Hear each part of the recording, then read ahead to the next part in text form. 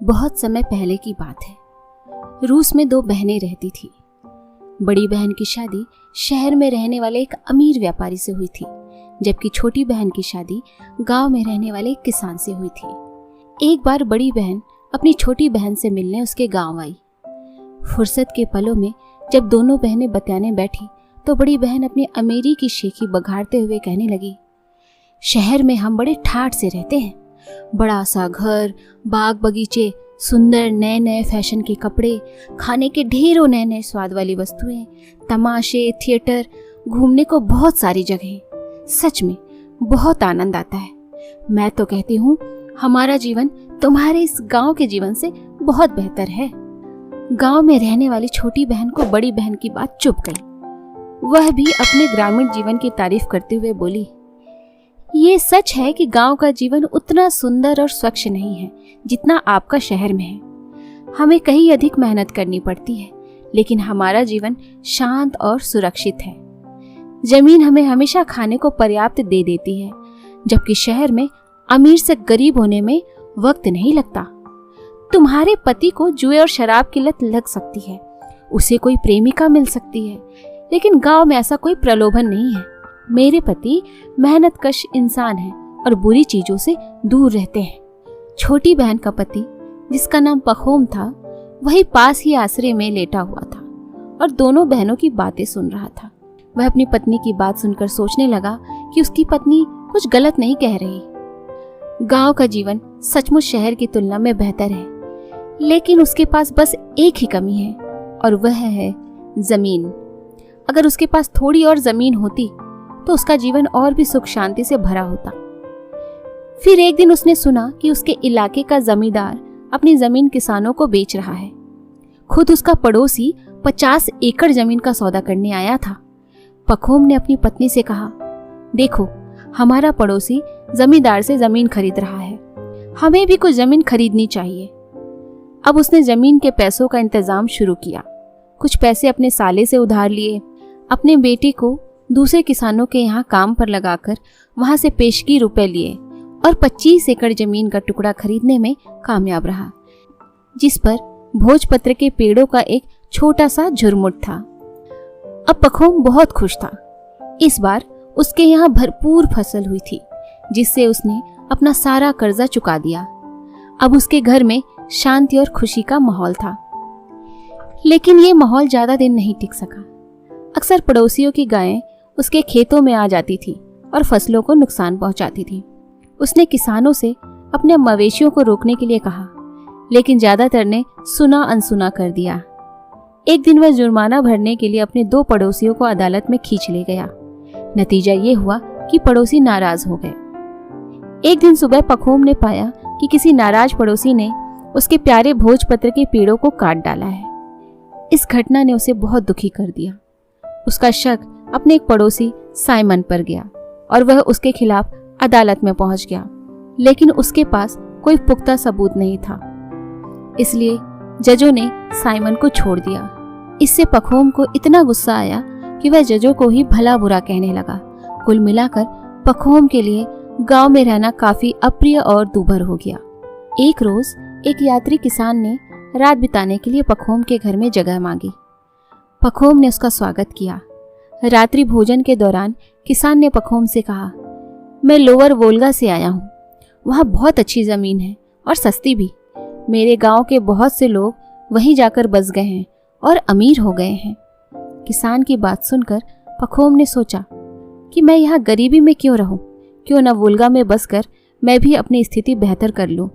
और उसने एक बार वोल्गा जाकर वस्तु स्थिति का पता लगाने का निश्चय कर लिया। अगले पतझड़ में पखोम वोल्गा में था।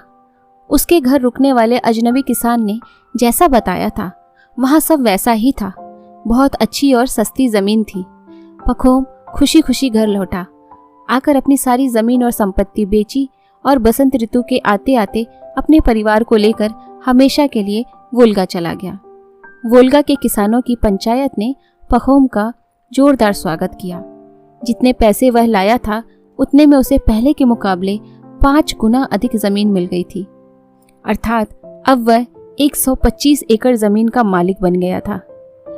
उसने वहीं अपना घर बनाया बैल खरीदे और खेती करना शुरू कर दिया।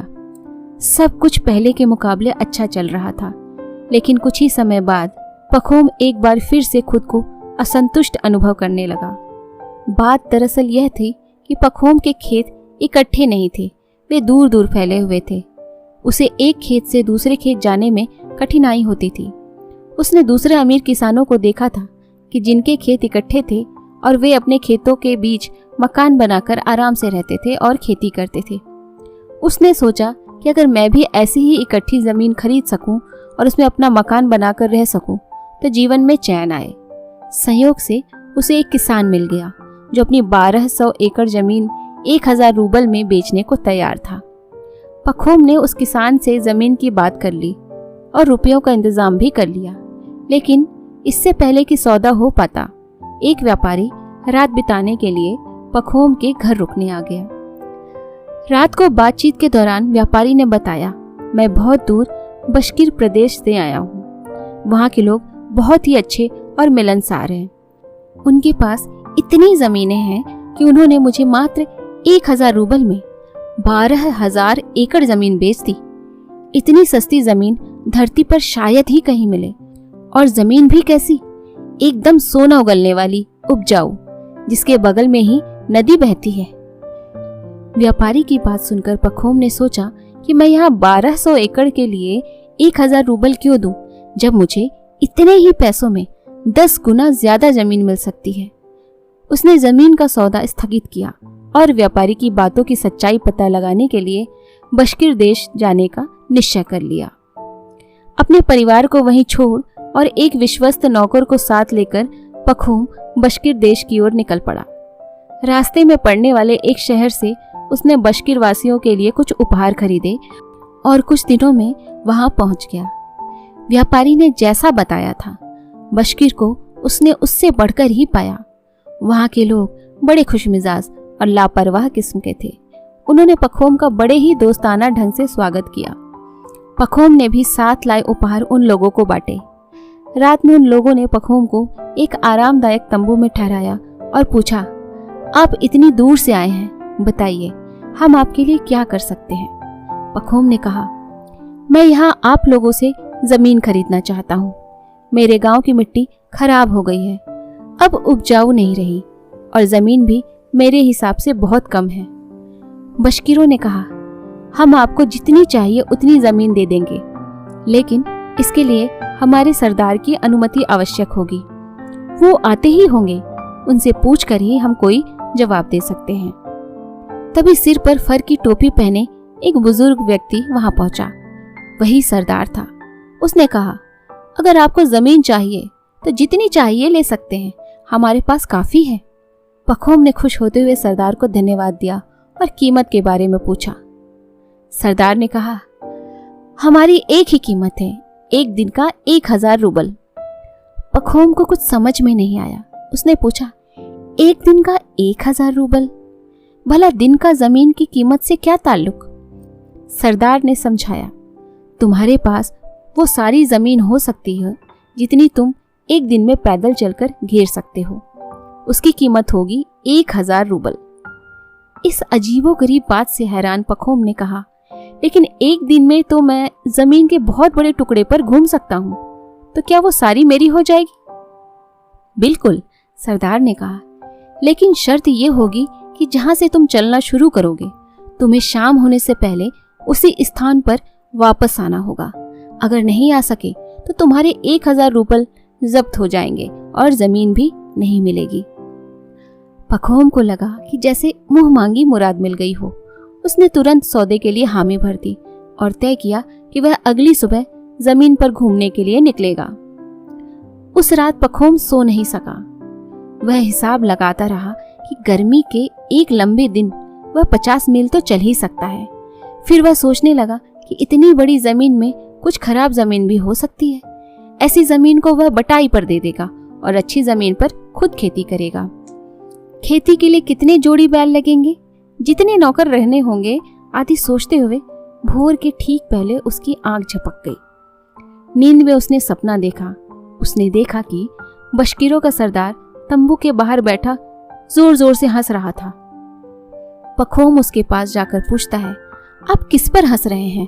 तभी पखोम को वहां का एक व्यापारी बैठा दिखाई देता है। वह व्यापारी के पास जाकर पूछता है, आप यहाँ कब से हैं? तभी व्यापारी वोल्गा के किसान में बदल जाता है। पखोम इधर उधर देखता है तो उसे एक लाश पड़ी दिखाई देती है। वो डरते डरते उस लाश के पास जाता है। देखता है कि ये लाश तो उसी की है, पखोम की, और उसकी आंखें खुल जाती हैं। वह तुरंत खड़ा हुआ और अपने दुस्वप्न को भूलने की कोशिश करते हुए उसने अपने नौकर और बशकीरों को जगाया और कहा, चलो चलते हैं, अब मेरे जमीन पर घूमने का समय हो गया, सूरज जल्द ही उगने वाला है। बशकीर लोग पखोम को लेकर एक पहाड़ी के पास गए। बुजुर्ग सरदार ने कहा, यह सारी जमीन हमारी है, आप इसमें से जितना बड़ा टुकड़ा चाहे उतना ले सकते हैं। फिर उसने अपनी फर की टोपी उतारकर जमीन पर रख दी और बोला, यह आपका निशान है, आपको यहाँ से चलना आरंभ करना है और शाम होने तक यहीं वापस आना है। जितनी जमीन पर आप चलेंगे वो जमीन आपकी होगी। याद रखिए, यदि आप सूर्यास्त तक इस जगह पर वापस नहीं लौटे तो आप सौदा खो देंगे। पखोम ने अपना पैसा टोपी में रख दिया और जैसे ही सूरज की पहली किरण दिखाई दी, पूरब दिशा की ओर चल पड़ा।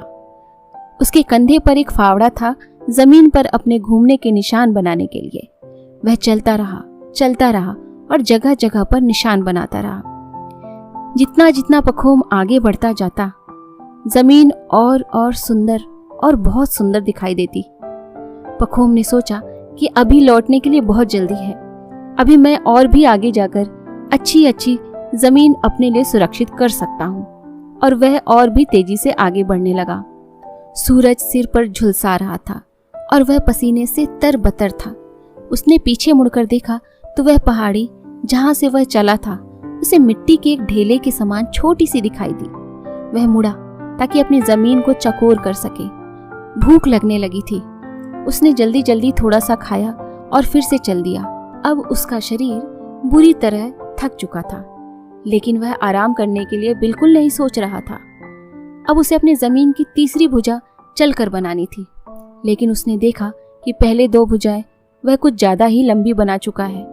अब उसे तीसरी भुजा छोटी बनानी होगी, नहीं तो वह समय पर वापस नहीं पहुंच पाएगा। अब सूर्यास्त का समय नजदीक आ रहा था। उसने अपनी चाल तेज कर दी।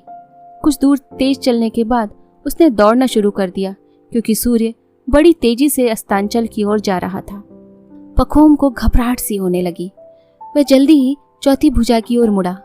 अब उसके और शुरुआती बिंदु के बीच करीब 15 मील की दूरी थी।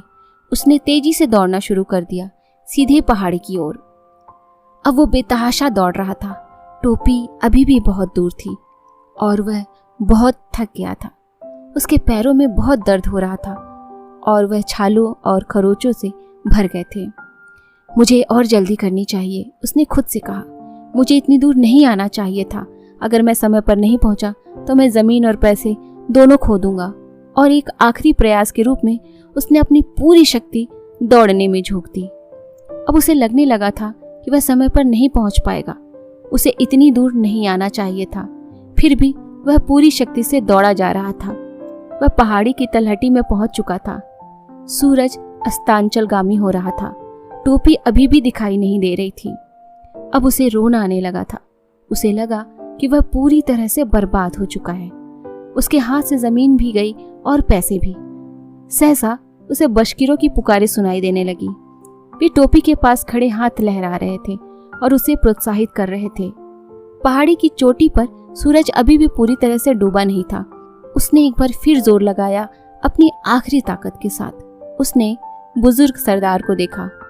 वो हंस रहा था और वो गिर पड़ा, फिर न उठ सका, लेकिन उसका हाथ टोपी तक पहुंचने में कामयाब रहा। बशकीर लोग जोर से चिल्लाए, तुमने अच्छा किया, तुमने बहुत सारी जमीन जीत ली है। लेकिन पखोम को कुछ भी सुनाई नहीं दिया। पखोम का नौकर दौड़ा दौड़ा आया और उसने मालिक को उठाना चाहा, लेकिन वह उठ न सका। उसके मुंह से खून निकल रहा था और वह मर चुका था। नौकर ने फावड़ा लिया और अपने मालिक के लिए कब्र खोदी। कुल 2 गज जमीन उसके लिए काफी हुई।